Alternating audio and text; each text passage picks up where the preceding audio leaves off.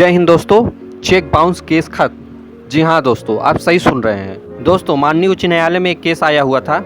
एक व्यक्ति ने किसी कंपनी से लोन उठाया हुआ था और एक ब्लैंक चेक सिक्योरिटी के तौर पे उस कंपनी को दे दिया था। अब कंपनी क्या करती है, किसी के अगर लोन देती है तो सिक्योरिटी के तौर पे क्या करती है, उस व्यक्ति का ब्लैंक चेक मतलब बिना नाम के, बिना सिग्नेचर के, बिना डेट के, बिना अमाउंट के, ऐसे में क्या करती है कंपनी, चेक आपका ले लेती है सिक्योरिटी के तौर पे।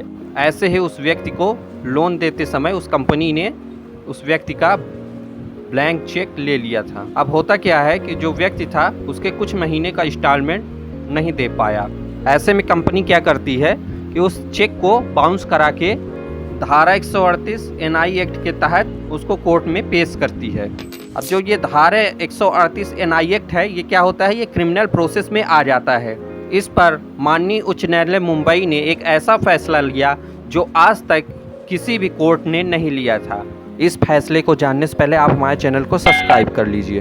अगर आप लीगल अवेयरनेस पे इंटरेस्ट रखते हैं या फिर आपको कानूनी सलाह या जानकारी चाहिए तो आपको इस चैनल पे बहुत सी अच्छी वीडियो आपको मिलेंगी। चलिए जानते हैं इस पे माननीय उच्च न्यायालय मुंबई ने क्या आदेश दिया।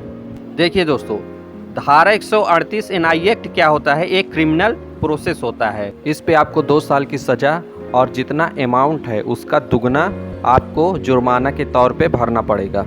ये तो हो गया धारा 138 एनआई एक्ट के तहत कार्रवाई।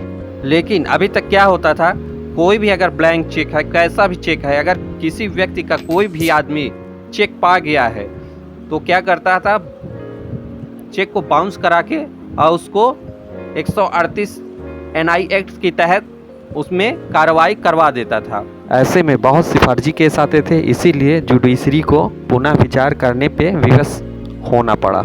ऐसे में एक सुधार करते हुए माननीय उच्च न्यायालय मुंबई ने एक व्यक्ति को एक केस में राहत देते हुए लोन कंपनी को चेतावनी दी।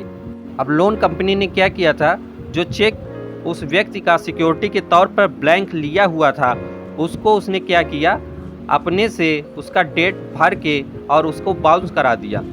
इस पर माननीय उच्च न्यायालय ने ऐतिहासिक फैसला लेते हुए कहा कि अगर किसी व्यक्ति का ब्लैंक चेक है तो वो किसी भी रूप से मान्य नहीं हो सकता है। इस पे माननीय उच्च न्यायालय ने जजमेंट देते हुए निर्देश दिया कि जिस किसी व्यक्ति का चेक है उसको प्रस्तुत होना अथवा उसके द्वारा फिलअप होना चाहिए। अगर ऐसा नहीं होता है और आप क्या करते हैं कि उस चेक को अपने से भर लेते हैं, मतलब उस पर अपना अमाउंट डाल देते हैं अपने से या फिर डेट डाल देते हैं, तो ऐसे में क्या होगा कि वो चेक किसी भी रूप से मान्य नहीं होगा और उसको धारा 138 एनआई एक्ट के तहत उस पर आप कार्रवाई नहीं करवा सकते हैं। तो इसका सीधा सारांश ये है कि आप किसी भी व्यक्ति का ब्लैंक चेक नहीं ले सकते हैं, उसका कोई भी मोल नहीं होगा। इसलिए अगर आप किसी भी व्यक्ति को अगर पैसे दें या फिर आप उसको लोन देते हैं या फिर कोई कारणवश आप उससे अगर चेक लेते हैं तो आप जिस व्यक्ति का भी चेक है उसी से आप उसके सारी डिटेल फिलअप करवा लीजिए, तभी आपका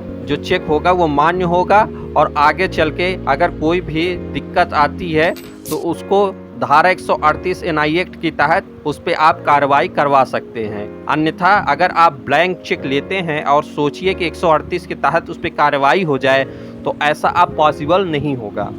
इसीलिए अब किसी भी व्यक्ति को पैसा दें या फिर लोन दें तो बहुत ही सोच समझ के दें, क्योंकि अगर उसके बदले चेक लेते हैं तो एक तरह से मान लीजिए कि अगर आप ब्लैंक चेक ले लिए तो उस चेक का कोई वैल्यू नहीं है, आप उस पर कोई भी ज़्यादा कार्रवाई नहीं करवा सकते हैं और हो सकता है आपका पैसा डूब भी जाए, क्योंकि अगर माननीय उच्च न्यायालय आपके पक्ष में नहीं दिए निर्णय तो आप क्या कर सकते हैं, कुछ नहीं कर सकते और आपका पैसा डूब जाएगा।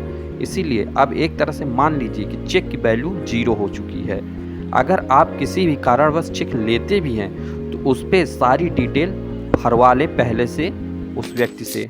फिर कभी कभी ऐसी मजबूरी फंस जाती है कि अपने को ब्लैंक चेक लेना पड़ता है, तो ऐसे में क्या करें कि एक आप सरकारी कागज़ लें, उस पर सारी उसकी जो शर्तें हैं उसको आप लिखवा लें। जो सारी शर्तें हैं वो सारी चीज़ें आप लिखवा लीजिए।